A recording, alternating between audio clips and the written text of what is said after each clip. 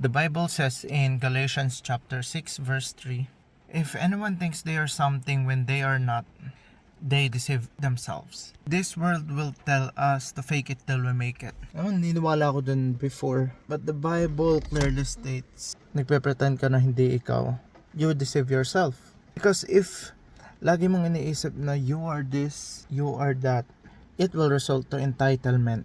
And kapag meron kang entitlement ka sa sarili mo, minsan we tend to be boastful, we tend to be mayabang. But the Bible wants us to be humble, to clothe ourselves always with humility. So the best thing is, don't pretend, be humble na ikaw yung lowest. And then in business, you don't need to pretend that you're big business right away. Start small. Then by being small, you'll learn the basics, you'll be humble, and you will appreciate more the little things. Then from there, God will promote you on each step of the way. Lalaki yung business mo hanggang papalaki yung business mo.